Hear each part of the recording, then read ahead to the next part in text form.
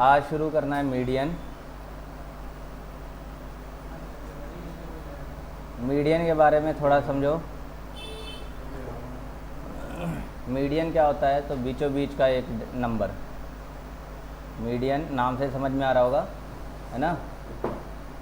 एकदम यूँ कह सकते हो कि मिडिल।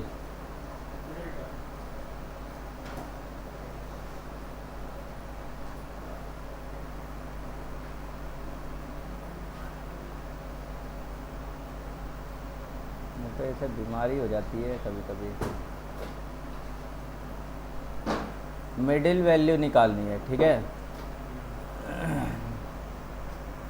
उसी को मीडियन कहते हैं। तो हमारे पास कुल मिला के कितने सीरीज़ हैं? 3 तरह की सीरीज़ हैं। तो इन तीनों ही सीरीज़ में मीडियन कैसे फाइंड करना है वो ऑब्वियसली अलग अलग ही होगा। इंडिविजुअल हैं, डिस्क्रीट और कॉन्टिन्यूस। इंडिविजुअल वाला समझो पहले।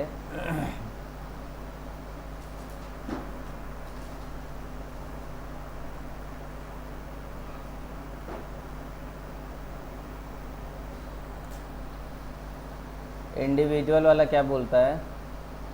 डाटा हमें दिया होगा, मीडियन फाइंड करना है, मतलब बीचों बीच का नंबर फाइंड करना है। तो स्टेप्स होंगे इसके।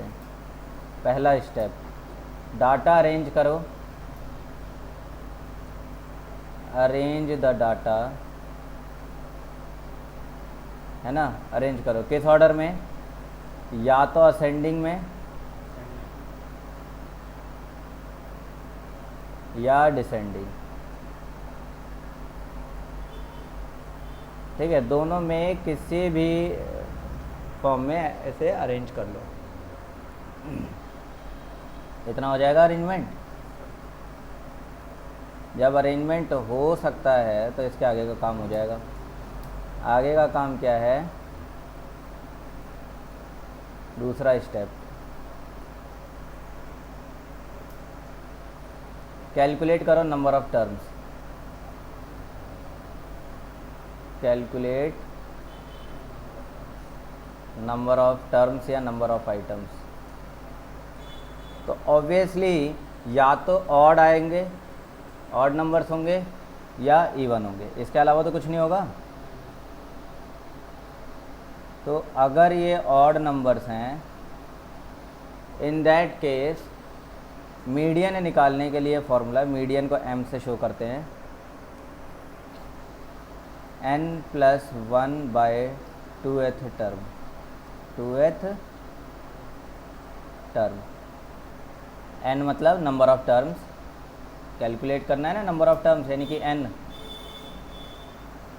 तो ऑड है तो तरीका ये होगा, n+1 जितने भी नंबर हैं उसमें +1 कर देंगे, डिवाइड 2 कर देंगे। जो आंसर आएगा वो वाला टर्म पहुंचेंगे, मतलब उतने हम टर्म को काउंट करके पहुंच जाएंगे वहाँ तक।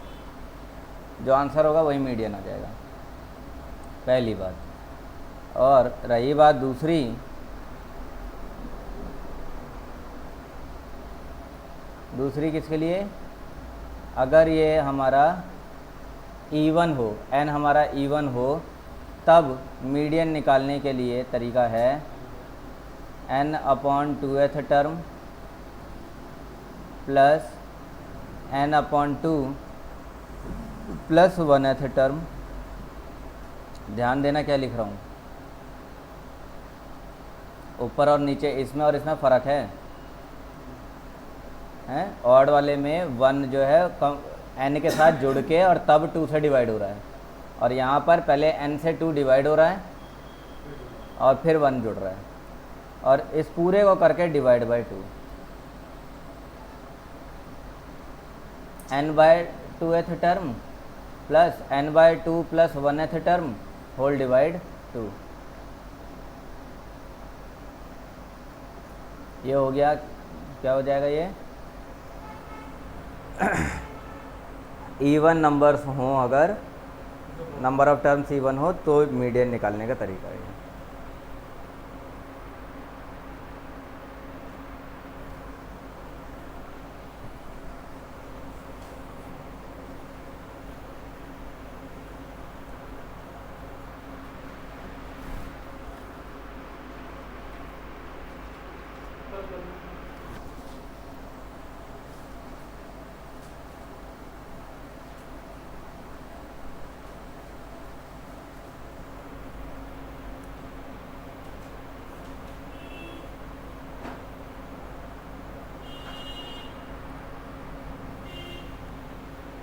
जल्दी जल्दी लिखो, कॉपी करो, बहुत सारी चीज़ें करवानी है आज।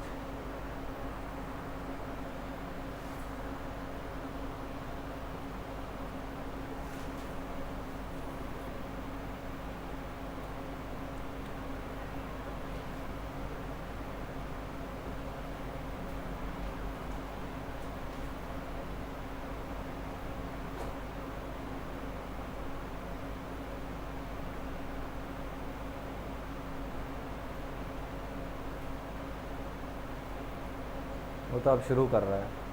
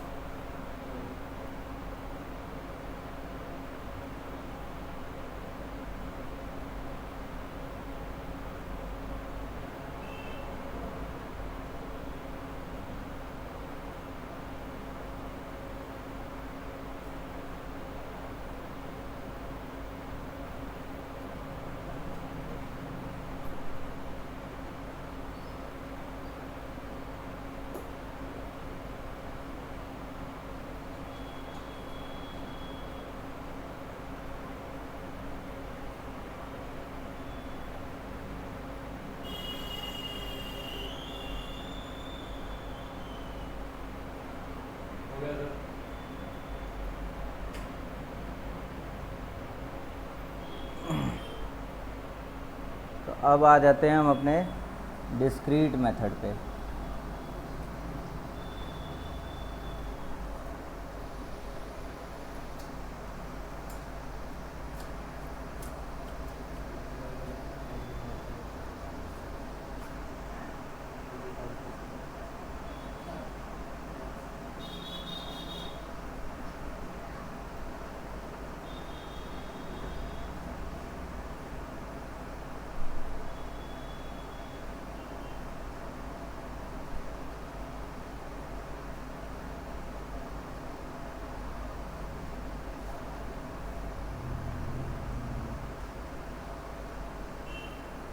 डिस्क्रीट मेथड की बात करें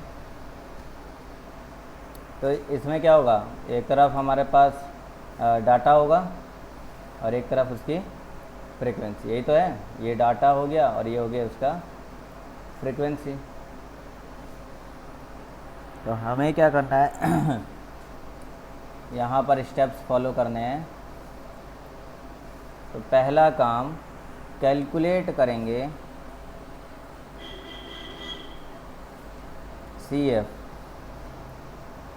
क्यूमुलेटिव फ्रीक्वेंसी कैलकुलेट करेंगे। तो ये यहाँ पर निकाला जाता है CF।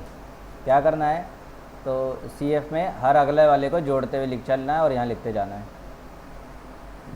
जैसे मान लो ये 5 है, ये 3 है, ये 2 है, ये 6 है, ये 1 है, तो इसमें जोड़ेंगे। जैसे ये 5 का 5, 5 और 3 8, 8 और 2 10, 10 और 6 16, 16 और 1 17, ऐसे ये चलता जाएगा। आगे मान लो 3 आया तो 17 और 3 हो गया 20। देखो, तो ये CF का काम हो गया। तो कैलकुलेट करेंगे CF,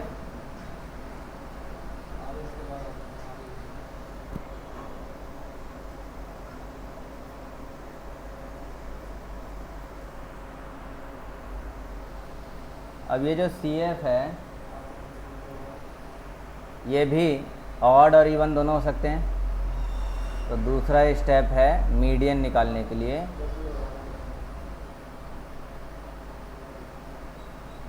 कैलकुलेट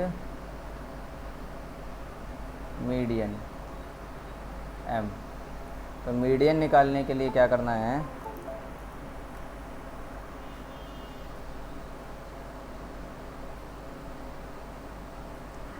ऑड हो और इवन हो। ऑड के केस में मीडियन जो बनेगा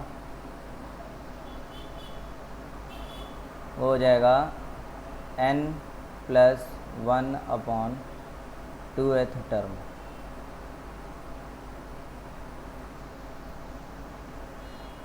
n मतलब फ्रीक्वेंसी का टोटल। समझे? सर मैं जाऊँ? क्या हो गया? ऑर्डर आया, ले गया मैं। है? ऑर्डर आया, कहाँ? आपके स्कूल पे। तो वहाँ जाके फिर वापस आएगा? फिर क्या करना? साइकिल लेके जाऊँगा। नहीं कोई नहीं है, पैसे तो लगे ना मेरे को। मम्मी का देख लेंगे मेरे को। जाओ ना, तो यहीं बुला लो। पैसे नहीं है ना, आप मुझे दे दिए आपको। अरे 700 का है ना, मुझे मतलब वो पैसे अलग थे, इमरजेंसी था तो खर्च कर लेता, वो रखा है मेरे पैसे। जाओ ना, जल्दी आ जाओ। यहाँ बुलाएगा तो? कैश है ना मेरे पे, वो नहीं है, वो पैसे तो पहले से लगा रखे हैं, तो उसके लिए। तो सर जरूर पैसे ले गए हैं तू सर देंगे कैसे लेना है नहीं, वो ऑर्डर यहाँ लेकर आ गया अगर तो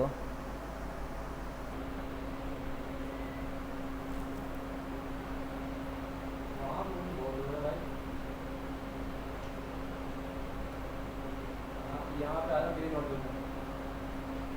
हाँ तो पास में ही आ जाओ स्कूल में, थोड़ा दूर है। तुम लोकेशन दे आ जाओ नहीं, ग्रीन होटल के पास थोड़ा दूर है। अगर ये इवन हो,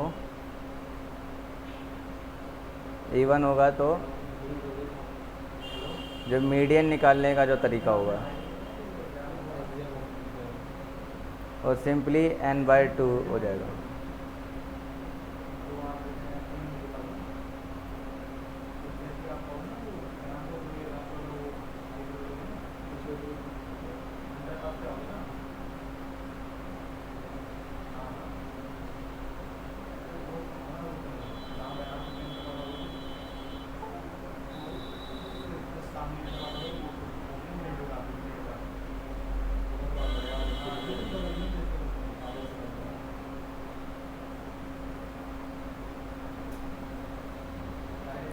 फिर ये तीसरा केस आ जाएगा।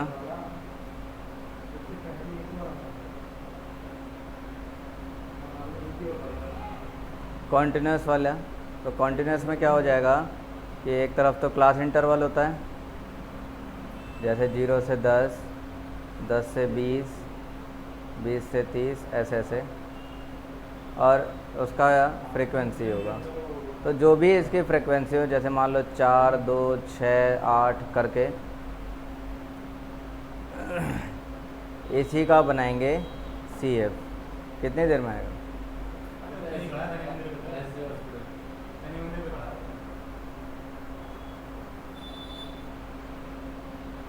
तो ये CF है ना, CF बनाया जाएगा। CF मैंने बनाना सिखा दिया, यहाँ टोटल करते करते लिख देना है। देन इसके लास्ट जो मीडियन निकालने का तरीका, चाहे ऑड हो चाहे इवन हो, एक सिंपल फार्मूला बस वो लगा देना है, L + n/2 माइनस CF/F और ब्रैकेट डालकर मल्टीप्लाई कर देंगे H से। हाँ, इसमें n जो है वो निकालना पड़ता है। थोड़ा सा मैं इसे मिटा दूँ, एक लाइन भूल गया, मीडियन क्लास निकालनी पड़ती है इसमें। इसमें निकालनी होगी मीडियन क्लास। मीडियन क्लास निकालने का तरीका है सिंपली n/2। n क्या है? तो ये है, यही तो अभी बताया, सिग्मा f ही n होता है। n/2 n/2 करके जो भी आंसर आएगा है, उस आंसर को हम CF में ढूंढते हैं। उससे या उससे जो बड़ा नंबर है वो मिल गया तो अच्छी बात। जैसे मान लो इसका आंसर आता है n है 100, 100/2 आंसर आता है मान लो 50। तो मैं यहाँ ढूंढूंगा CF में कि 50 या 50 से बड़ा कोई नंबर मिल जाए कहीं। तो मान लो ये ऐसे है इसको मैं CF बनाऊँ, अगर ये 14 और ये 26 और 16 जोड़ देंगे तो 42, और ये दोनों ऐड कर देंगे तो 60 हो जाएगा, है ना। इसके आगे भी है, मान लो यहाँ पर आते हैं तो ये आ जाता है कितना, 13 आ जाता है ये। तो ये ऐड कर देंगे तो 73, और आगे चलता ही जाएगा। तो मेरा मीडियन क्लास कितना आ रहा है 50। तो मैं यहाँ देखूँगा कि इसमें 50 किस में पकड़ा जाएगा। 50 या 50 से बड़ा नंबर कौन सा है इसमें? 60 है ना। तो इसके सामने वाला ये ऐसे ये पूरा बॉक्स बन जाएगा, ये हमारा 30 to 40 होगा ना। ये हो गया हमारा मीडियन क्लास। समझ में आया? ये है मीडियन क्लास। अब इस मीडियन क्लास में हमें फॉर्मूला पुट करके और मीडियन निकाल देना होगा। सिर्फ कितना क्या करना है, तो देखो मीडियन के लिए फॉर्मूला लगाएंगे L प्लस ब्रैकेट डाल के n/2 माइनस CF/F और मल्टीप्लाई H। बस अब ध्यान से यहाँ देख लो, यहाँ ये चीज़ समझ जाओगे तो मीडियन का टॉपिक ख़त्म हो जाएगा। L बोला है, L है ना, L ये है लोअर लिमिट, ये हो गया L। इसके बाद क्या है n/2, n/2 देखो ये रहा, यही तो सॉल्व किया था n/2। फिर क्या बोला है CF, तो मीडियन क्लास में CF ये है ना, तो इसके जस्ट एक ऊपर वाला ये होगा CF। CF जो है जस्ट एक ऊपर वाला होगा। और उसके बाद F जो होगा वो मीडियन क्लास वाला ही होगा, ये 18। बात आ रही है ना समझ? और H मतलब डिस्टेंस, हाइट, इन दोनों के बीच का डिस्टेंस, ये कहलाएगा H। डन। यही सारी वैल्यूज़ इसमें पुट कर देंगे और सॉल्व करेंगे और हमारा M आ जाएगा। M का जो आंसर, जो भी आंसर आएगा, ध्यान रहे ये आंसर 30 से 40 के बीच का ही होना चाहिए। मतलब जो भी आंसर आएगा वो 30 से 40 के बीच में आना चाहिए।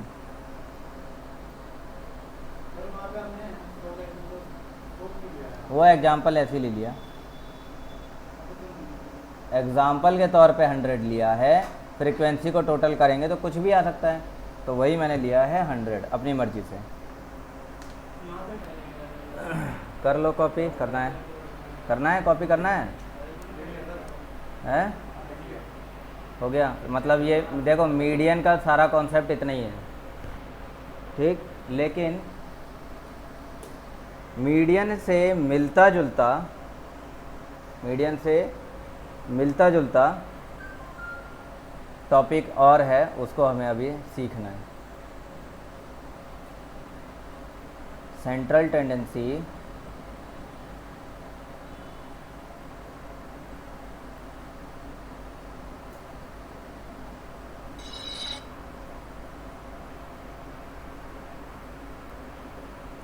हेलो, हाँ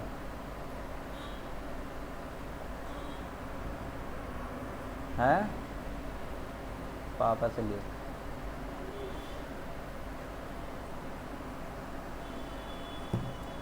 सेंट्रल टेंडेंसी में मीन, मीडियन, मोड सब देख रहे हैं।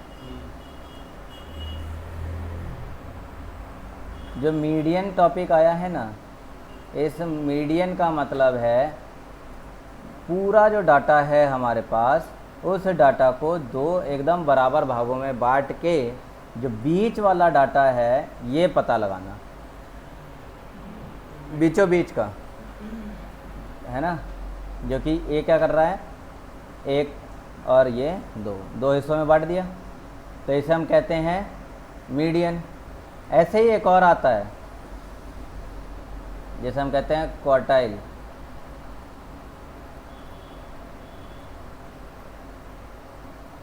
है ना। क्वार्टाइल वर्ड जाना पहचाना लग रहा है, किससे जुड़ता है? क्वार्टर, चार, है ना, क्वार्टर से जुड़ रही है। तो कहने का सेंस ये हुआ कि पूरा जो डाटा है, ये क्वार्टाइल जो होता है, ये पूरे डाटा को 4 हिस्सों में बांटता है बराबर, ठीक है। 1 2 3 एंड 4 हो गए 4 हिस्से, पहला, दूसरा, तीसरा और चौथा। अब यहाँ ध्यान दोगे, क्वार्टाइल में अगर ध्यान दो तो हमें मीडियन में तो एक ही मिड पॉइंट निकालना होता था, बस मीडियन में केवल एक मिड पॉइंट निकालना हो रहा था। लेकिन अगर क्वार्टाइल की बात करेंगे तो इसमें मिड पॉइंट से काम नहीं चलेगा। यहाँ एक ये भी है, ओहो, एक ये है, एक ये है, 3 पॉइंट्स हैं जिन्हें हमें फाइंड करना है। तो इसे कहते हैं Q1 क्वार्टाइल 1 फर्स्ट क्वार्टाइल, ये इसे कहते हैं Q2 सेकेंड क्वार्टाइल, और ये हो गया Q3 which is third quartile. ठीक है, first quartile, second and third quartile. अगर ध्यान से अगर तुम गणित पढ़ रहे हो तो तुम्हें दिखाई देगा कि जो मीडियन है और जो सेकंड क्वार्टाइल है ये दोनों तो बराबर ही होंगे, नहीं होगा? ये डाटा है, ये मीडियन है, हो गया मीडियन। इस मीडियन का एक मीडियन और इस डाटा का एक मीडियन, तो यही तो क्वार्टाइल हुए। अब Q1 Q2 Q3 और ये हमारा मीडियन। मीन्स अगर मैं मीडियन निकाल दूँ तो मुझे Q2 फाइंड करने की ज़रूरत है ही नहीं।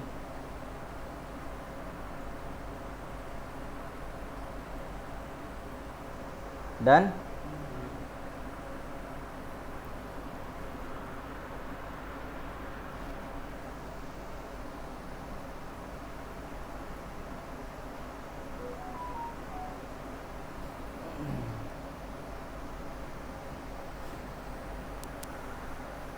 तो हमें Q2 फाइंड करने की ज़रूरत नहीं है। तो क्या निकालना है? बस Q1 निकालना है और Q3 निकालना है। देखा जाए कैसे किया जाए। तो अगर मैं पहले Q1 के लिए बताऊंगा। फॉर करना क्या है, स्टेप बाय स्टेप चलना है। अगर स्टेप्स देखेंगे तो पहला स्टेप CF निकालेंगे, कैलकुलेट CF। दूसरा स्टेप Q1 क्लास निकालेंगे, फर्स्ट क्वार्टाइल क्लास। पहले मीन निकाल सकते हैं, मीन बीच का निकाल लेते हैं, Q2 निकाल लेते हैं पहले। वो तो मीडियन ही हो गया, हाँ, तो उसे निकालो चाहे मत निकालो। अगर क्वेश्चन में मीडियन निकलवा दिया है तो उसे दोबारा कैलकुलेट करके क्या फ़ायदा तुम्हें मिलेगा? एक नंबर के अलावा एक्स्ट्रा दो नंबर और मिल जाएंगे क्या? देखो यहाँ, तो कैलकुलेट करो CF। और दूसरा जो स्टेप है वो ये कि Q1 क्लास निकालो।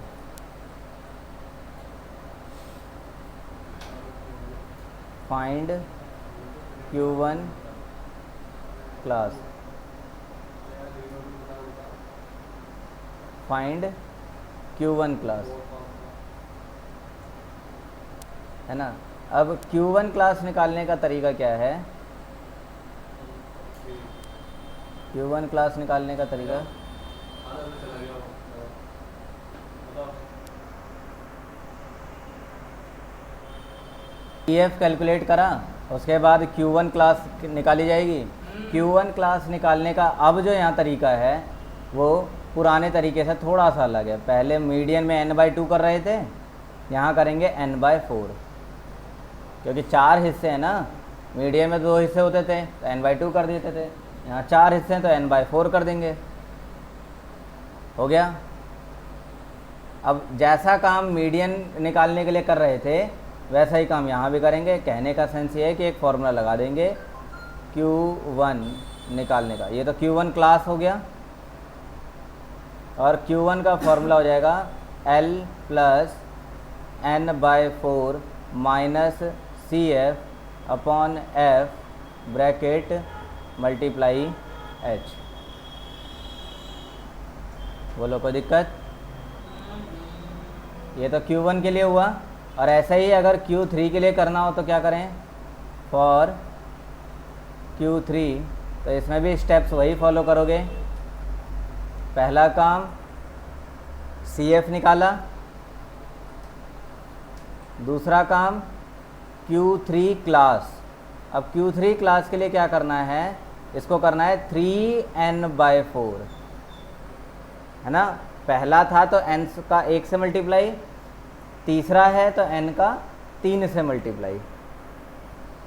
इसके बाद Q3 फाइंड करना है तुम्हें, तो उसके लिए लगाओ formula L plus 3n/4 minus CF upon F और मल्टीप्लाई H। अब आ रहा समझ? मैंने क्यों बोला कि मीडियन अगर समझ में आ गया तो बहुत सारी चीज़ें कवर हो जाएगी। अभी है बिल्कुल मिलता जुलता, ये क्वार्टाइल हो गया। अभी और भी हैं, एक आएगा डेसाइल, एक आएगा परसेंटाइल।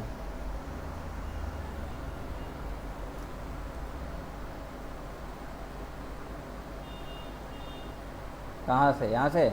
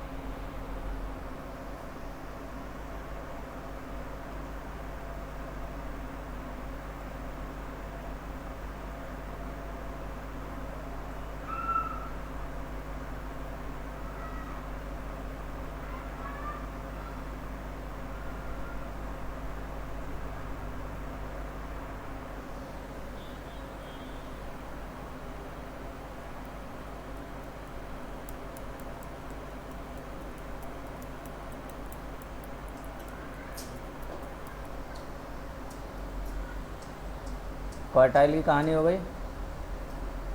और भी देख लेते हैं, सारे एक साथ ही निपटा दे तो ज़्यादा बढ़िया है। तो अगला आ जाता है डेसाइल।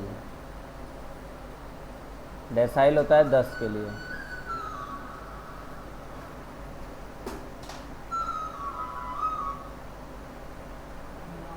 डेसाइल होता है 10 के लिए, है ना। यानी कि कुल मिला के बात ऐसी रहेगी, ये है 10 हिस्से कर देंगे इसके, 1 2 3 4 5 6 7 8 9 10 हो गया। ये नंबर 1, नंबर 2, नंबर 3, नंबर 4, 5, 6, 7, 8, 9 और ये 10। तो ये यहीं पर ही ख़त्म हो गया। इसके आगे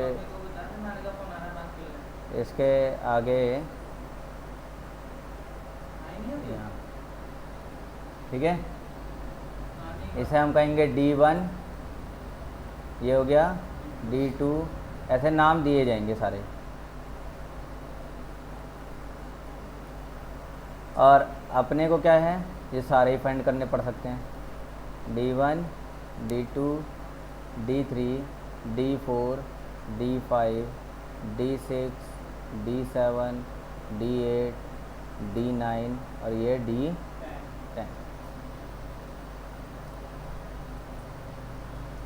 क्वार्टाइल में भी ऐसी था, इसमें 3 ही तो करे थे मैंने लिखे हैं, Q1, Q2, Q3 और लास्ट वाला भी तो है Q4। तो लास्ट वाले को तो फाइंड करने की ज़रूरत ही नहीं पड़ती है, क्योंकि लास्ट वाला नंबर तो अपने को पता ही है, इसीलिए मैंने उसे नहीं लिखा था। तो मुद्दे की बात केवल Q1 और Q3 आ जाते हैं। ऐसे ही डेसाइल में देखेंगे तो लास्ट वाला तो कैलकुलेट करने की ज़रूरत नहीं है, बोलो। और जहाँ तक मुझे महसूस होता है D5 को भी कैलकुलेट करने की ज़रूरत नहीं पड़ेगी। कौन बताना चाहेगा क्यों? ये है मीन हमारा, है ना, और यही हमारा Q2 है। बात क्लियर? तो D5 और D10 पहले ही कैलकुलेट हो चुके हैं, तो नहीं करने। बाकी सारे ये D1, D2, D3, D4, D6, D7 क्या, ये लास्ट नंबर तो पता ही होता है। जो लास्ट में नंबर है वो क्या पता नहीं होगा? डाटा में दिखाई नहीं दे रहा कि लास्ट नंबर कौन सा है? तो ये सारे तो हो ही जाएंगे। तरीका वही है, फॉर्मूला बस क्या करना है, जहाँ क्लास निकालनी है, जैसे कि मैं कहूँ D7 है, D7 करना है तो पहले D7 की क्लास निकालेंगे। तो D7 क्लास क्या रहेगा बताओ ज़रा? तो ये जाएगा 7n/10। उसके बाद इसका फॉर्मूला लगा देंगे D7 के लिए, L + 7n/10 - CF/F और ब्रैकेट डाल के बात क्लियर? और आखिरी जो टॉपिक है इसी डेसाइल के बाद जो अगला है वह है परसेंटाइल। परसेंटाइल होता है 100 के लिए। देखो डाटा के 100 टुकड़े, डाटा के 100 टुकड़े हो जाएंगे। तो अब इसमें क्या है कि अब सारे 100 के 100 नंबर तो यहाँ पे लिखना मुश्किल है। एक बीचों बीच का एक नंबर होगा, जैसे कहेंगे P50, और ये हमें पता है, यही मीन है, यही हमारा Q2 है और यही हमारा D5 है। P100 भी हमें पता है।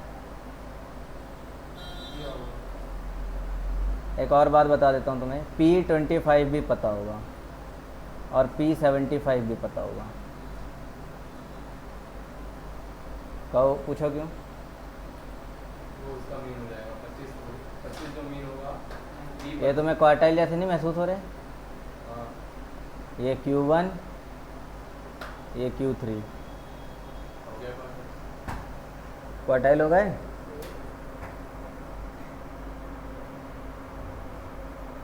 बोलो ना, इतनी बात तो समझ में आ रही होगी।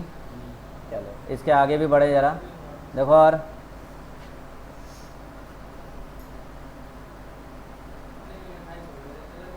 P10, P20, P30, P40, ये भी पता होगा हमें। 1 2 3 P60 भी पता होगा, P70 भी पता होगा, P80 भी पता होगा और P90 भी पता होगा। बताओ क्यों? ये D1 है, ये D2 है, यही हमारा D3 है और यही हमारा D4। ये तो D5 है, D6, D7, D8 और ये D9। इतने सारे तो पता ही चल गए।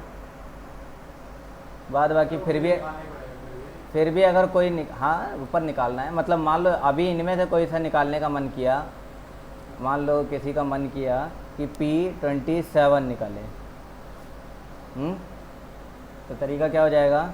तो पहले तो इसका क्लास निकालेंगे। क्लास निकालने का तरीका है 27n/100, भाई 100 है ना टुकड़े।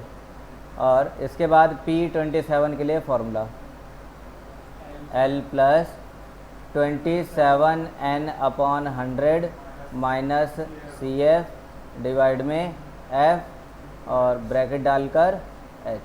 सारा तमाम काम वही है। मीडियन ख़त्म।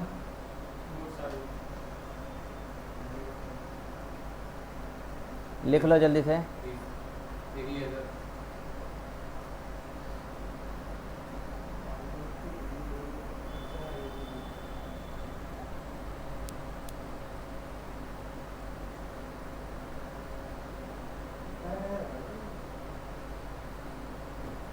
हो गया?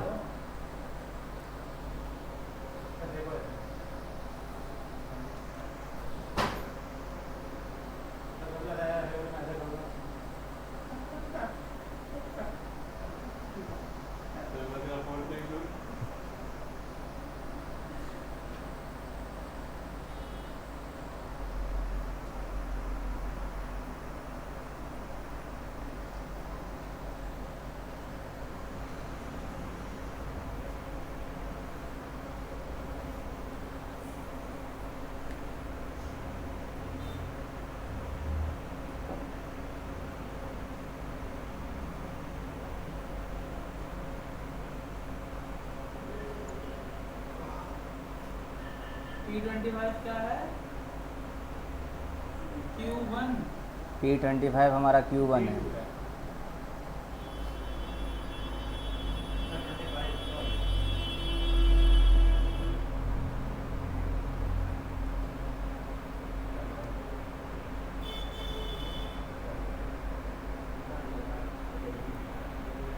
कितना रह गया?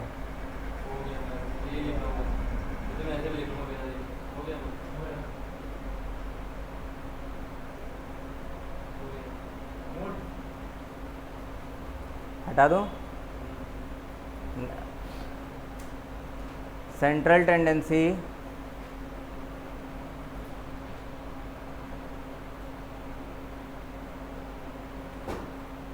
तीन है इसमें, मीन,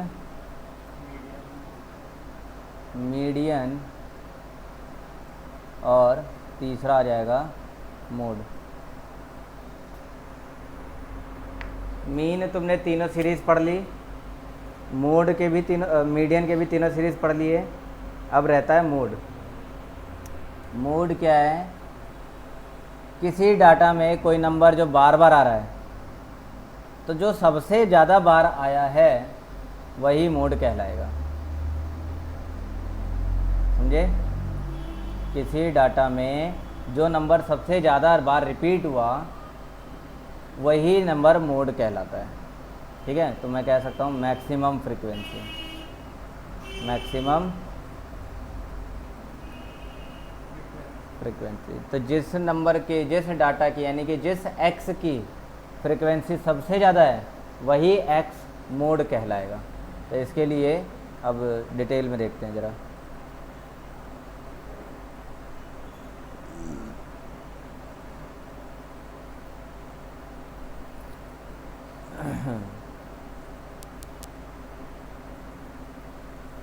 तीन तरह की सीरीज़ है ना, तीनों सीरीज़ में देखेंगे।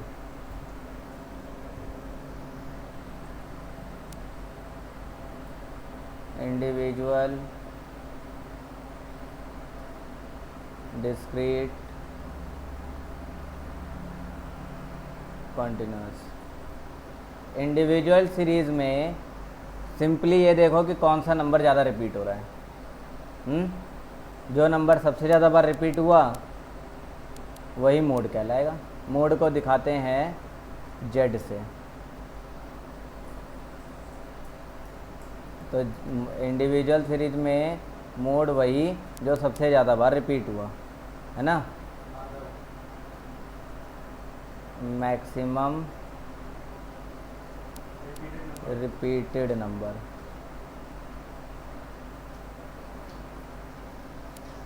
ठीक है। अब आए डिस्क्रीट में। तो डिस्क्रीट में मोड रहेगा मैक्सिमम फ्रीक्वेंसी वाला नंबर, है ना। द डाटा विच है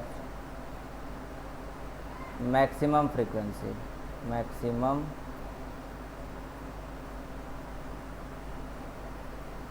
फ्रीक्वेंसी। कॉन्टिन्यूस सीरीज़ में अगर जेड निकालना है, यानी कि मोड निकालना है, तो उसके लिए फॉर्मूला, सबसे पहले तो एक मोड क्लास बनाएंगे।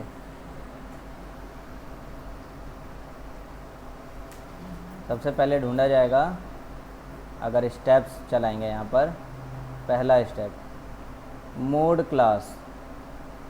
मोड क्लास कैसे पता चलेगा? तो मैक्सिमम फ्रीक्वेंसी वाला जो क्लास है वही मोड क्लास बन जाएगा। ठीक है ना। The class which has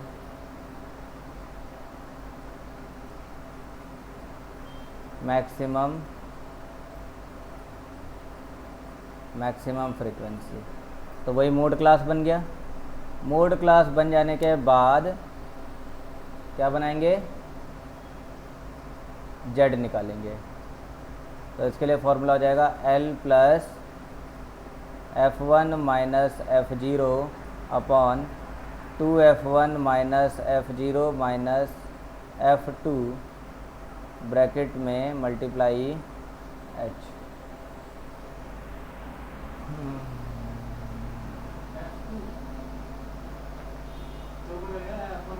F1 minus F0 upon 2F1 minus F0 minus F2।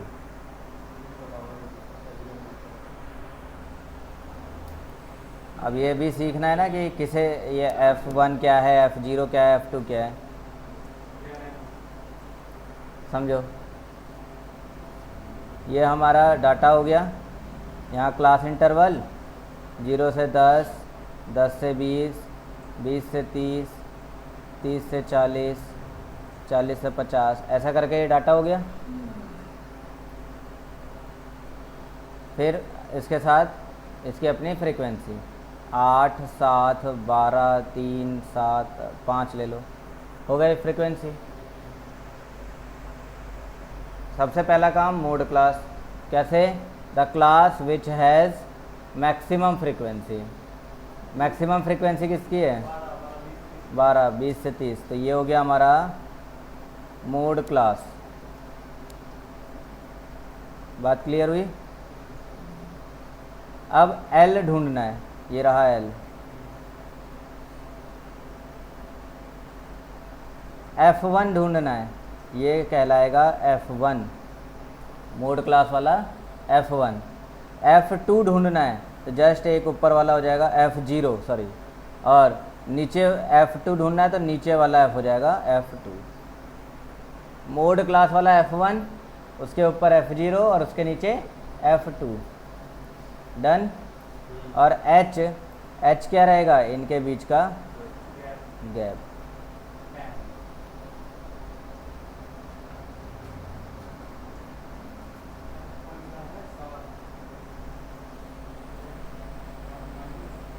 तेईस 23, इसी के बीच में ही आ रहा ना आंसर। 23.57। बस, तो जो भी है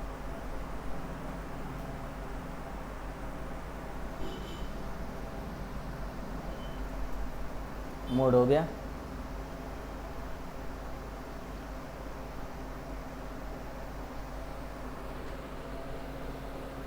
हो गए फॉर्मूले सारे? नहीं, छोटा चैप्टर नहीं है ये, इतना हल्के में मत लो। 15 मार्क्स 12 मार्क्स का आता है। 10 12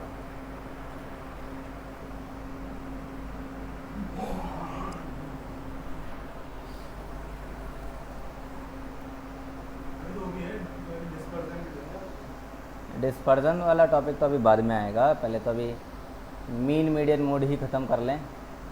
मीन मीडियन मोड हो गया, सारे फॉर्मूले लिखवा दिए, हर तरह की बातें हो चुकी। इसके आगे बढ़ें।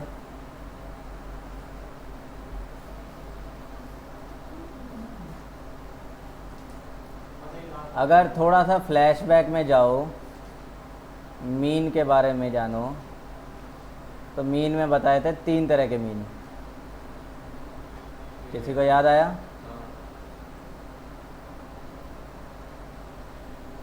AM अरिथमेटिक मीन, जो कि तुमने पढ़ लिया पूरा। दूसरा आएगा GM ज्योमेट्रिक मीन। तीसरा HM harmonic mean.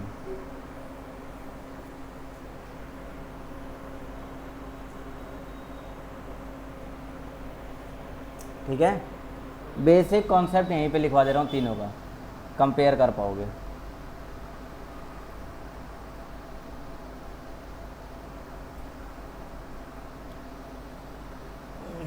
Arithmetic mean निकालने का, AM निकालने का तरीका है सम ऑफ ऑब्जर्वेशन, है ना, या यूँ कह लो सीधे सीधे सिग्मा x अपॉन में n। मतलब x1 plus x2 plus x3 करते करते कहाँ तक जोड़ देने हैं, n तक, और उसे डिवाइड कर देना है n से। ये तो मतलब हुआ।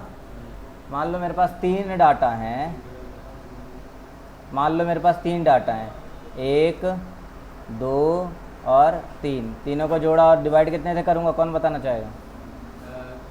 डिवाइड 3 से अगर मेरे पास 3 डाटा हैं 3 से तो AM निकालने के लिए तीनों को प्लस करूँगा और क्या करूँगा इसके बाद, 3 से डिवाइड करूँगा। ये तो एक एग्जांपल के लिए हो गया। कोई प्रॉब्लम तो नहीं है? अब यहीं से GM शुरू होगा। GM क्या है?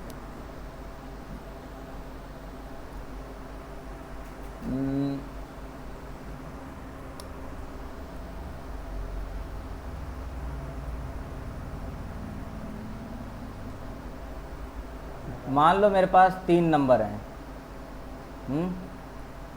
लेट x1, देखो यहाँ x1 है A, x2 है B, x3 है C।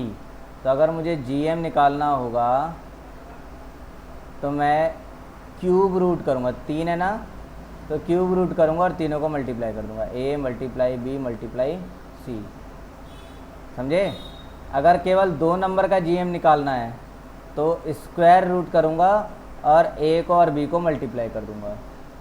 और भी नंबर होंगे तो जितने भी नंबर्स होंगे, जैसे मान लो कि n नंबर्स हैं तो n पावर रूट कर देंगे, हैं, और सब को मल्टीप्लाई कर देंगे, x1 multiply x2 multiply x3 करते करते xn तक। ये है।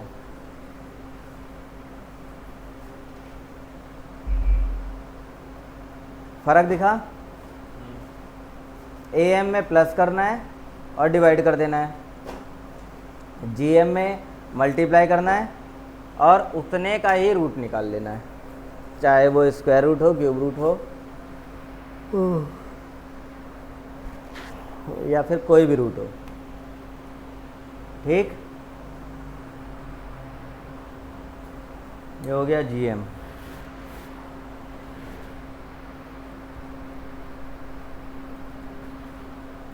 अब तीसरा एचएम के लिए देखना है।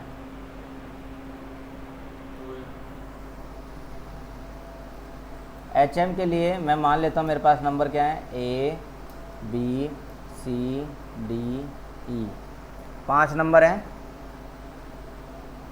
इसका एचएम निकालना है। एचएम निकालने का तरीका, हार्मोनिक मीन निकालने का तरीका, देखो बोर्ड पर 5 डिजिट है तो 5 लिखूँगा ऊपर और डिवाइड करके इन सब का डिवीजन दे दूंगा।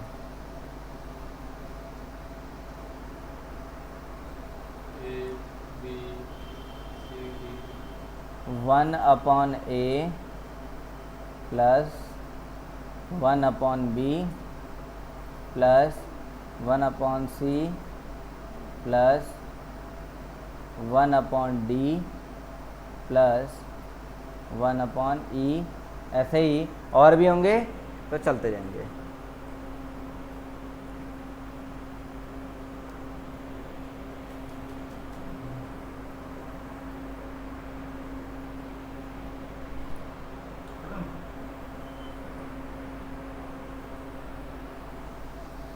पाँच नंबर का हार्मोनिक मीन 4 नंबर का निकालना होगा तो 4/1/a plus 1/b plus 1/c plus 1/d। जिसकी जैसी श्रद्धा उसका वैसा कपूर। ठीक है,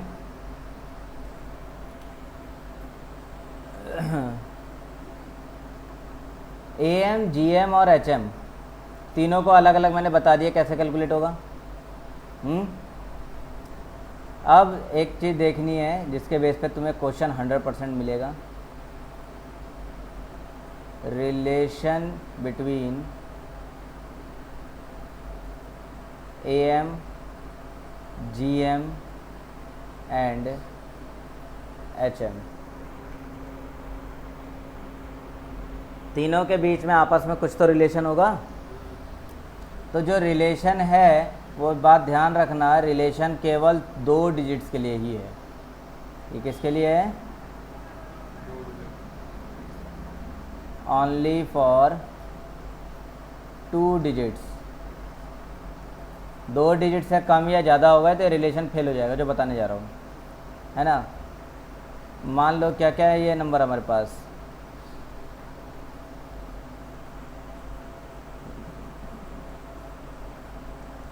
A B C,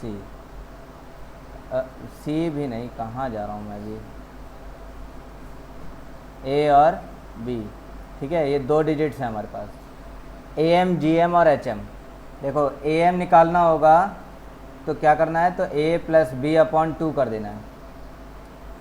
देखते चलो, AM निकालने के लिए A प्लस B/2 कर देना है ना।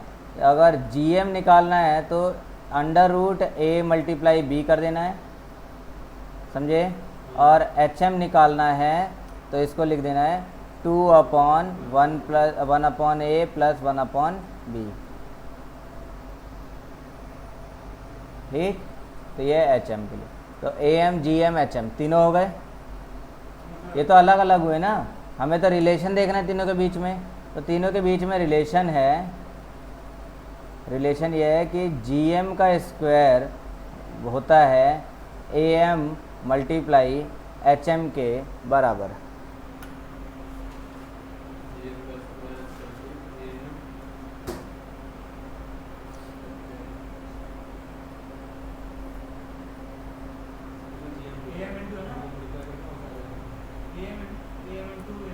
AM into HM।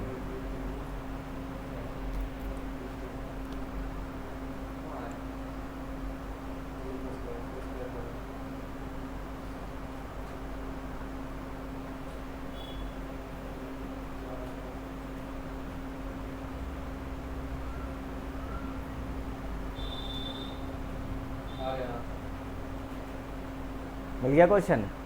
इसी का जीएम निकालना है, एएम और एचएम दिया है। बस दोनों का मल्टीप्लाई करके रूट कर दो। कर दिया, 16 आया, फिर उसका स्क्वायर किया 4 आया, रूट किया 4 आया।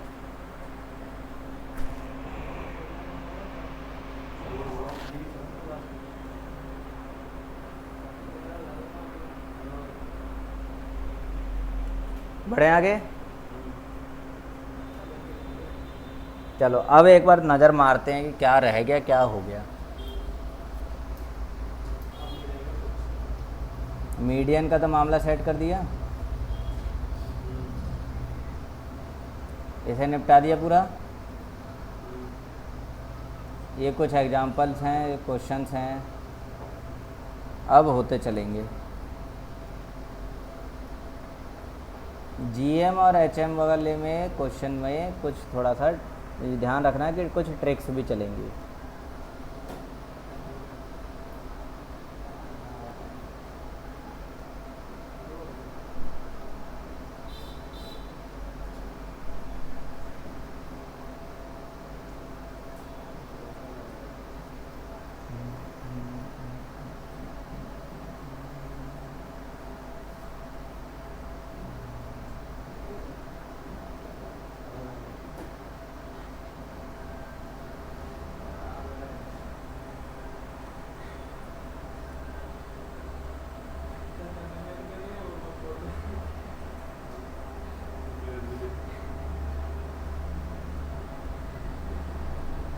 तुम बनने दे दिया था सर, हमने कॉपी बंद कर ली। क्यों? आप बनने पे सर्च करें, यार बनने पे बनने अब करना है तो हो गया। तो एचएम आया हो गया।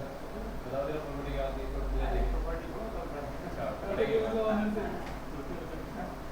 हाँ ले वो प्रॉपर्टी होती है। हाँ तो एजेंटी वाला तो तेरी कौन सी प्रॉपर्टी है? कैसा है नहीं प्रॉपर्टी है तेरी, अभी तेरे पोजीशन में लाइफ का मतलब तू आगे प्रॉपर्टी जिसका है मैं क्या बोलता हूँ उसका भी पोजीशन में है। ये रह गया है अभी तुम्हारा। अभी पढ़ लेंगे। कहाँ रहेगा वो? Properties of HM, properties of GM और एचएम ये रह गए हैं। और एक ये टॉपिक है तुम्हारा weighted average, weighted average method. ये वाला देखो, ये लिख लो चलो तुम लोग कॉपी में। सबसे बड़ा होता है एएम, उससे छोटा होगा जीएम हाँ ये समझ गया ना, पहले और ये उससे पढ़ा। छोटा होगा एचएम। ये एक सीक्वेंस है, ये याद रखना। ठीक है। अब वेटेड एवरेज, वेटेड एवरेज में एक तो वेटेड एएम होगा, एक वेटेड जीएम होगा और एक होगा वेटेड एचएम। ये रहा। तो ये 3 फॉर्मूले और हैं। वेटेड मतलब जैसे फ्रीक्वेंसी है, फ्रीक्वेंसी से मल्टीप्लाई कर दिया जाता था, है ना। और यहाँ पर भी फ्रीक्वेंसी से ही वेटेड से मल्टीप्लाई कर देंगे। तो ये बात ध्यान रखना कि मन में ये बात ज़रूर रखना कि तुमने अभी पूरा ये चैप्टर पढ़ा नहीं है। नहीं तो आधा हुआ है। रीज़न बता रहा हूँ, तुमने मीन मीडियन मोड सब पढ़ लिया। मीन में एएम पढ़ा, जिसमें तुमने फ्रीक्वेंसी वालों को भी पढ़ लिया, लेकिन जीएम और एचएम है, इसमें अभी तुमने फ्रीक्वेंसी वालों के बारे में नहीं पढ़ा है। मेरी बात समझ में आई? कौन सी फ्रीक्वेंसी? फ्रीक्वेंसी वाले क्वेश्चन होंगे ना, जैसे एएम में है, सर पढ़े हैं लेकिन करा नहीं है उसके लिए। हम बात हो गई वो इंडिविजुअल डिस्क्रीट कंटिन्यूस वाले, हाँ डिस्क्रीट और कॉन्टिन्यूस वाले। इंडिविजुअल इंडिविजुअल तो बता ही दिया। पढ़ लेंगे अभी, अगली क्लास में तो लगेगी। पता ही आज लास्ट क्लास हो रहा है। ये नहीं पता क्या पढ़ाया आज।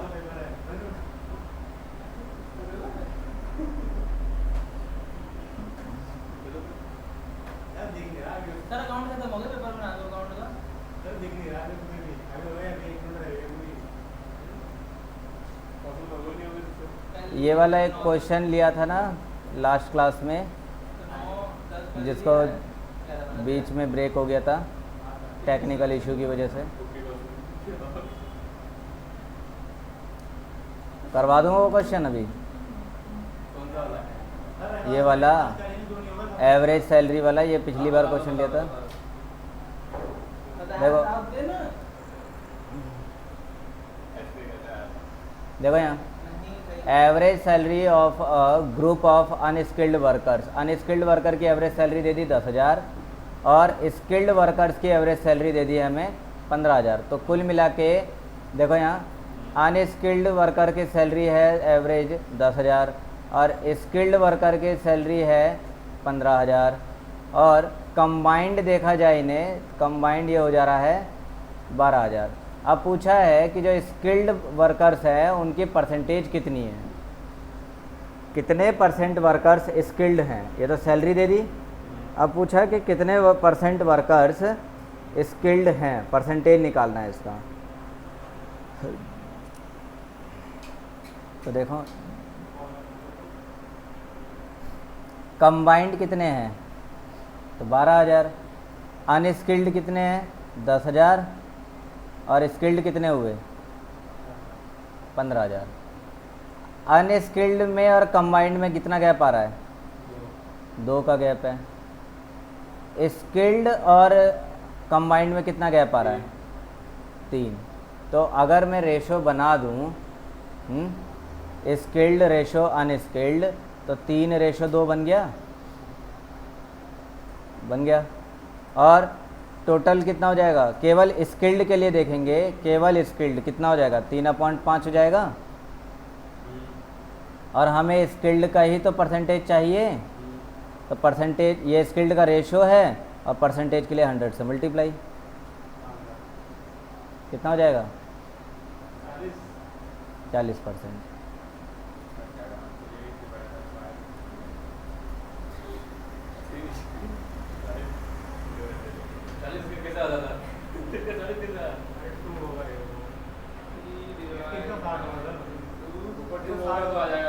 तो ये तो तुमने ही बताया 40।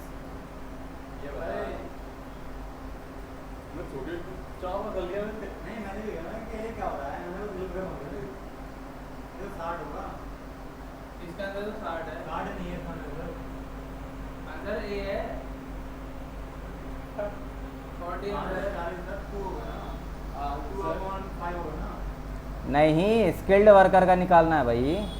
स्किल वर्कर आंसर तो इसका ए दे रखा है। यार स्किल वर्कर की सैलरी स्किल वर्कर 15,000 उनकी सैलरी। स्किल का नहीं अनस्किल्ड का 10,000 और स्किल्ड का 15,000। देखो आंसर है 40 है, अरे देख लो 3 बार देखा आंसर मैंने। सेट दी ऐसे मारो ना ऐसे।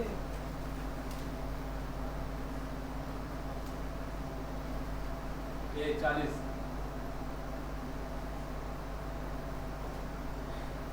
40 क्यों 2/5 करेंगे तो आ जाएगा 40। 2/5? अरे तो 2 तो अनस्किल्ड के लिए ना, ये तो अनस्किल्ड है और ये वाले स्किल्ड हैं। लैंग्वेज के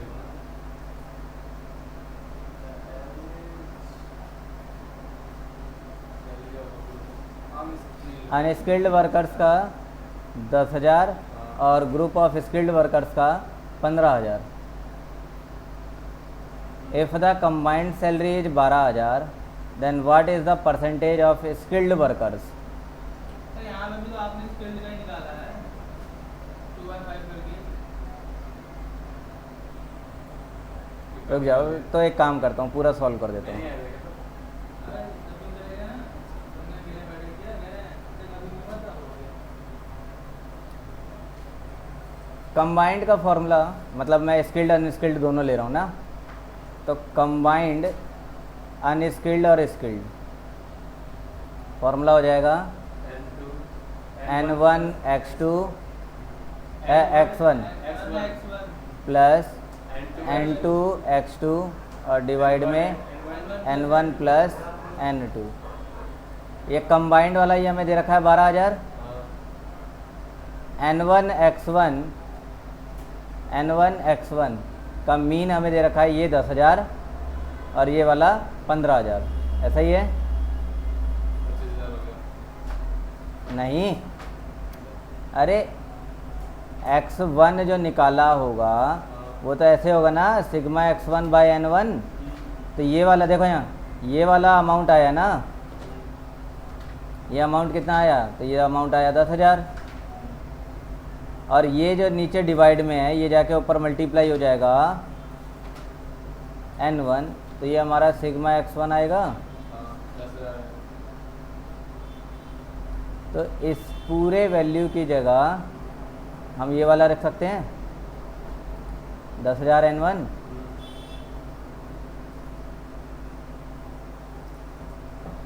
और इसके लिए 15,000 n2 और डिवाइड में n1 प्लस n2। n1 इस किसका है, अनस्किल्ड का है, और n2 स्किल्ड का है, ध्यान रखना है। अब क्या करें, सिंपली क्रॉस मल्टीप्लाई।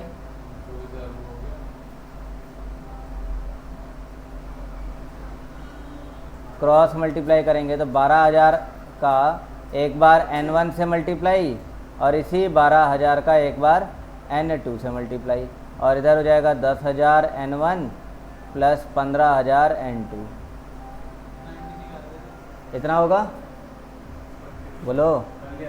अब ये n1 को मैं n1 के पास ले जा रहा हूँ और इस n2 को n2 के पास, तो 12,000 ये उधर जाके माइनस हो जाएगा 10,000, तो 12 माइनस 10 2,000 हो जाएगा, 2,000 n1। ये 12,000 उधर जाके माइनस हो जाएगा 15,000 में, 15 माइनस 12 3,000 n2। ये 3 जीरो से ये 3 जीरो कैंसिल हो गए हैं। अब अनस्किल्ड बाय स्किल्ड कर रहा हूँ मैं, n1 अपॉन में मल्टीप्लाई है ना उधर, इधर आके डिवाइड, तो ये भी इसके, अच्छा ये स्किल्ड बाय अनस्किल्ड हो जा रहा है, उल्टा हो जा रहा है, इसलिए आंसर ये हमारा मिस्टेक हो गया। उल्टा हो जाना मतलब कैसे बता रहे अरे ये n1 अनस्किल्ड है हो? हाँ, और इसके डिवाइड में मैंने स्किल्ड को लेकर आके रख दिया। हाँ। अब जब इधर देखूं तो ये तो 3 तो स्किल्ड का है ना, तो और ये 2 इधर का अनस्किल्ड का है, तो 3/2 यानी कि ये कैसा आ रहा है, स्किल्ड अपॉन में अनस्किल्ड। सर आपने लिखा अभी कुछ अरे उल्टा लिखा आपने वहाँ पर। स्किल्ड बाय अनस्किल्ड, तो आप उन्हें लिखा नहीं, जो n2 है वो स्किल्ड वर्कर है, n, तो हाँ तो सही तो है। स्केल का इधर निकालना है 2/5 into। अरे यहाँ देख, ये 2n1 और 3n2 हो रहा है, यहाँ देखो 2n1 और 3n2 हो रहा है, ये अनस्किल्ड के हैं और ये स्किल्ड के हैं, मल्टीप्लाई में है। मैं n1 n2 एक साइड कर रहा हूँ, n1 n2 एक साइड कर रहा हूँ, तो ये अनस्किल्ड हैं और अपॉन में स्किल्ड। ध्यान देना, ये अनस्किल्ड और ये हो गया स्किल्ड, तो मैं स्किल्ड को नीचे ले आया।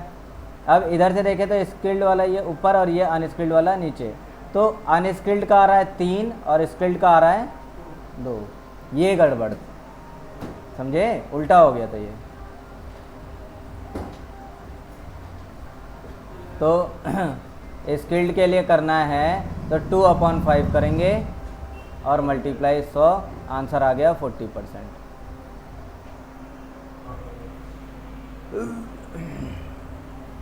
अच्छा, अब रही क्वेश्चन करने वाली बात, तो क्वेश्चन तुम लोग करोगे है ना, बहुत सारे क्वेश्चन है इसमें करने के लिए।